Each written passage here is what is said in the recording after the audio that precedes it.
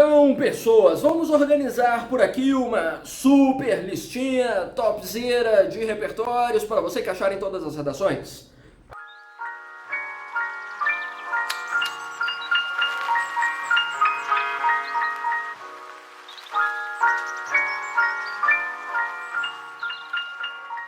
Podemos, não é? Tirando o topzera, a listinha vai ser excelente para você ajustar em tudo quanto é redação que você for escrever ao longo das suas produções aí, dos seus devaneios argumentativos. Eu resolvi recuperar para cá uma das relações de pensadores que eu vinha abandonando nos últimos tempos. Porque sim, eu enjoo das referências que eu uso e depois de um tempo eu abandono e substituo por outras. No entanto, são referências ainda muito boas, que ajudaram milhares de alunos a passar nos vestibulares, nos Enemzões da vida, e acredito que pode ser responsável pela qualidade dos seus textos para o futuro também. Pode ajudar bastante. Melhor do que nada.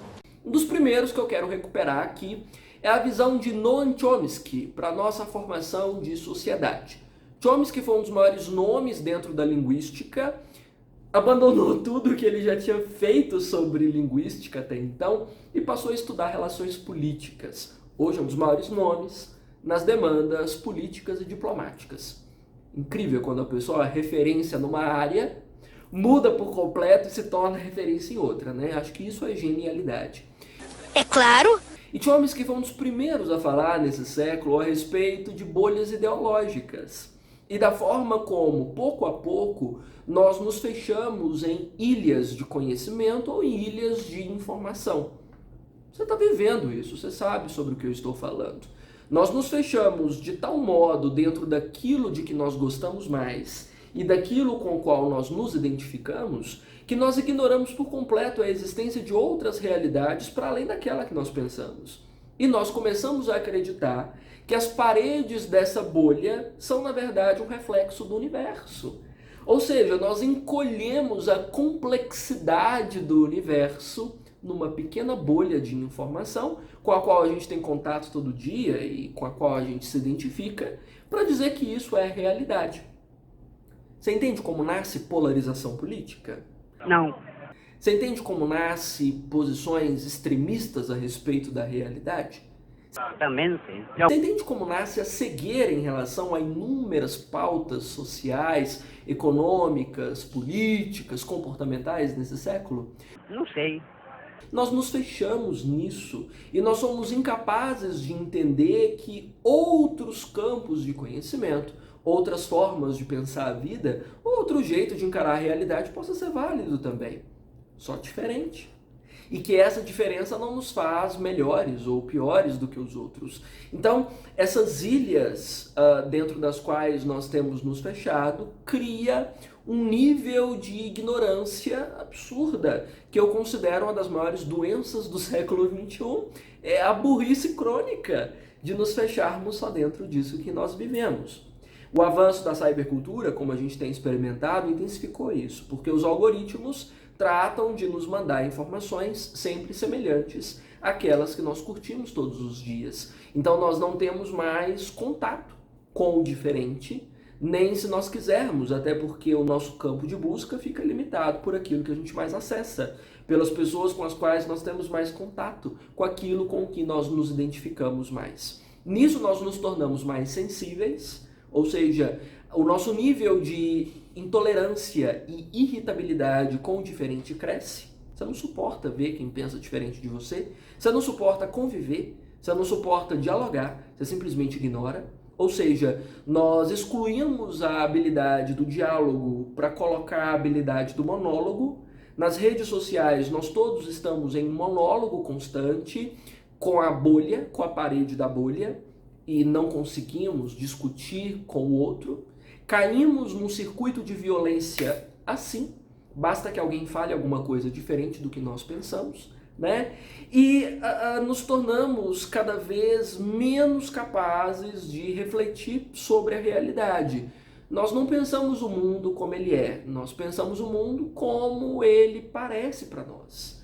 ou como ele está dentro do nosso umbigo. Então, isso, infelizmente, reduz a nossa capacidade de lidar com os problemas do mundo, de conseguir encontrar o justo meio para as relações democráticas, para conseguir movimentar causas sociais que sejam úteis para o bem-estar coletivo, porque a única coisa que importa para nós é o nosso bem-estar individual.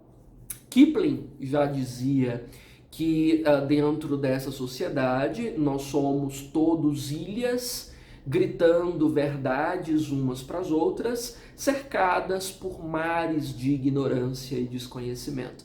Eu considero uma das melhores metáforas para explicar o que é o mundo hoje. É um arquipélago de gente tapada. Ou seja, nós somos ilhas fechadas dentro das nossas próprias verdades, cercadas por um mar de desconhecimento e ignorância, gritando as nossas verdades uns para os outros, fechados nessas bolhas, esperando que o nosso monólogo tenha reconhecimento dentro da bolha que nós habitamos. E por mais burro que você seja, por mais tapado em qualquer assunto... Que isso, rapaz? Tenha calma, rapaz, tenha calma, meu filho. Você está impossível. Ficou entusiasmado demais. Por mais extremista, polarizado ou, sei lá, absurda que seja a forma de viver e existir, sempre tem uma bolha que vai te receber de braços abertos, de gente parecida com você, que vai comungar da sua estupidez, vai concordar com a sua ignorância e vai te fazer sentir acolhido. Ou seja, você não precisa mudar. Então, isso cria, para mim, aproxima muito essa visão da bolha ideológica da moral dos porcos do Nietzsche. Nietzsche comenta muito a respeito de como nós nos organizamos, né? Dessa dinâmica de reclamar e não fazer nada. Então, eu gosto de chamar de moral dos porcos porque Nietzsche também chamava isso de moral dos escravos, eu sempre achei meio estranho. Mas moral dos porcos se encaixa muito. Nós estamos na lama, tá fedida, nós reclamamos dela o tempo inteiro, mas nós não conseguimos nos mover dela, porque é confortável estar na lama com os outros porcos, está quentinho. Né? A gente se junta e vai lama para todo mundo. Né, não conseguimos alterar essa realidade ou tentar dialogar com as paredes de outras bolhas.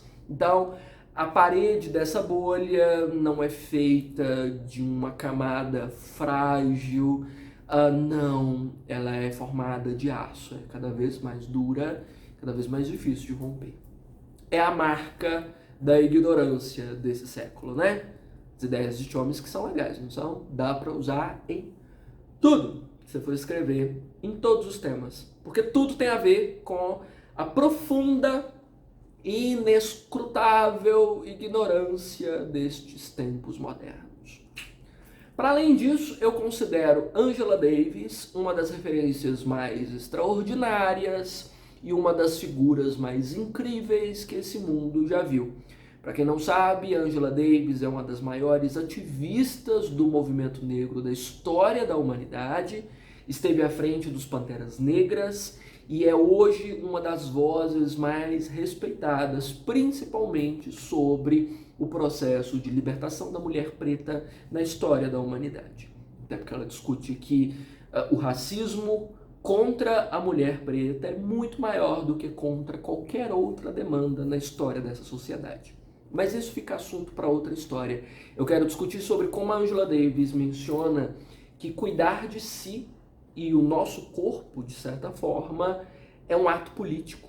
Isso sempre me tocou muito, porque a minha existência também sempre foi de um corpo que se impõe para ser respeitado. Eu acho que muitos de nós passou por isso. Na sua construção estética, na sua escolha comportamental, na nossa relação com o mundo, e isso passa pela aparência, passa pela construção do gênero, pela identidade, pelos seus valores, e aos poucos nós começamos a entender ao longo da nossa maturidade que o nosso corpo é sim um ato político. O tamanho que ele tem, a cor que ele tem, as roupas que você veste, o tamanho, a cor e a forma do seu cabelo, o tamanho, as origens e o desenvolvimento das suas orelhas, do seu nariz, a sua altura, o seu peso, tudo é uma manifestação política. Toda a sua existência física é um processo em curso de inclusão. Você, sozinho, é um movimento social vivo. Você existe como um constante desequilíbrio no status quo. A sua existência precisa e é sempre provocativa. Isso não é revolucionário? Você já tinha pensado em si mesmo como um movimento social vivo? As coisas que você veste, vive e a forma como você se comporta são um movimento social. E nós estamos muito alheios disso. Então, o que para mim funciona como uma tese fantástica nessa discussão da Angela Davis é sobre como o corpo é político e nós nos esquecemos disso ao longo da nossa existência. Nos entregamos às demandas de trabalho, às exigências estéticas no espaço virtual, às nossas demandas afetivas, às nossas carências, e nós esquecemos que tudo isso é política. Nós estamos levando a nossa existência política por toda parte. E ter consciência de si é, vamos dizer, mais necessário ou precisa acontecer antes de você pensar em consciência de classe. Antes de você pensar em qual grupo você está, a que grupo você pertence, você precisa entender quem você é. Então, o que Angela Davis propõe é quase uma dinâmica de autoconhecimento e de entendimento da influência política que você gera no mundo. Isso para mim já nasce lá em Weber, quando Weber fala de ação social e da forma como cada movimento no mundo interfere no coletivo. E para mim, Angela Davis realça isso de uma existência absurda. Você já percebeu como todo corpo preto é em si um movimento social? Você já pensou como toda a existência gay é em si um movimento social pelo simples fato de você existir e sobreviver?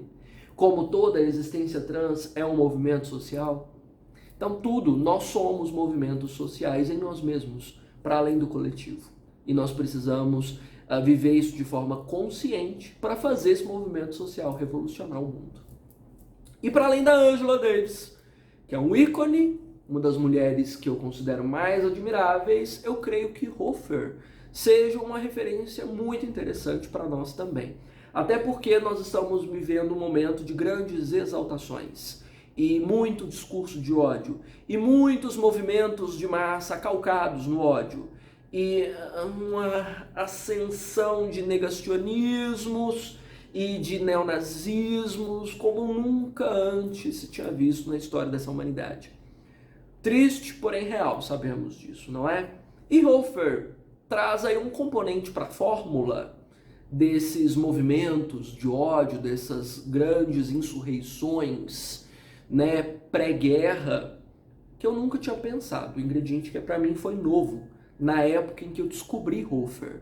Hofer discute sobre frustração e como a frustração pode desencadear, basicamente, o caos dentro de qualquer sociedade. Você já percebeu que a matriz do ódio é a frustração? Ou seja, cria-se uma expectativa, né, senhor Schopenhauer? É verdade. Quer dizer, às vezes não. Todos nós criamos expectativas. As expectativas são pautadas no que existe de padrão em sociedade, né? Hoje as nossas expectativas são o quê? Ficar rico, famoso, vencer aí nas blogueiragens, ter as nossas ideias, os nossos princípios morais aceitos por todos, ter o nosso grupo soberano, queremos que nosso grupo seja o grupo certo. Nós vivemos uma espécie de cruzada pós-moderna, né? De cruzada ultramoderna, em que o nosso princípio ideológico e dos cavaleiros que nos acompanham precisam ser colocados no mainstream, precisam ser considerados os maiorais. Do contrário, o mundo está de ponta cabeça, esse mundo está perdido. Já percebeu que todo mundo que fala que o mundo está perdido é porque o mundo não reflete a sua própria imagem? Sempre é assim. Esse mundo está perdido. Ou seja, o mundo não está do jeito que a senhora viu que precisava ficar, né? Sei lá, na televisão, na Rede Vida? Provavelmente. Então, daí, na frustração, nós nos indignamos. Da indignação, nós nos revoltamos. E da revolta, nós nos unimos. E da união, nós movimentamos. Da movimentação, nós violentamos. Então, o circuito é muito semelhante, sempre. Observe quase todos os movimentos negacionistas, neofascistas, neonazistas, toda a insurreição de ódio hoje nasce de uma frustração. Nasce de grupos que não viram o seu ideal individual ser colocado como ideal coletivo. Grupos que não viram os seus esforços resultarem em sucesso. Grupos que não tiveram, muitas das vezes, vitórias. Grupos que não conseguiram chegar onde queriam chegar. Ressentimento. Então, frustração, ressentimento são a matriz do ódio. E nada une mais as pessoas do que o ódio. Raramente você vê movimentos sociais pautados no amor. Amor não serve pra nada. Raramente você vê movimentos sociais pautados em solidariedade. Que é isso, solidariedade? Pra quê? Vou cuidar de mim. Mas em ódio, mas em ódio você vê muito. Todos os movimentos sociais deste país são pautados no ódio. É na força do ódio contra aqueles que nos frustraram, contra aqueles que não atenderam às nossas expectativas. Frustração é a marca da violência e do ódio. Uma boa explicação, não é?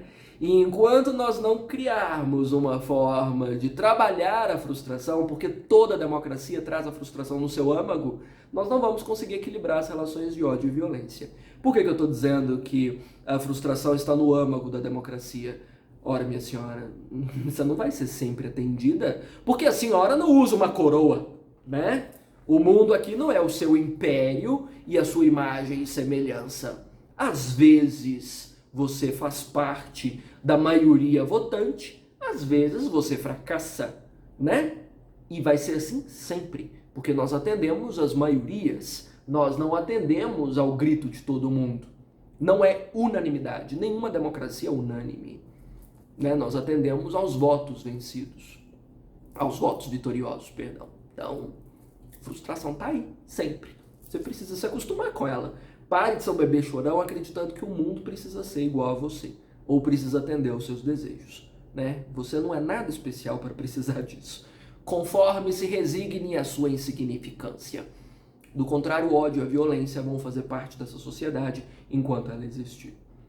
Então, esses 3 padrõezinhos aí servem para você fundamentar tudo e mais alguma coisa, tenho certeza. Me conta aí depois se funcionou para você, tal como vinha funcionando aí há uns bons anos antes de eu abandonar essas criaturas maravilhosas. E me diga aí quais pensadores fizeram parte da sua formação intelectual. Combinado?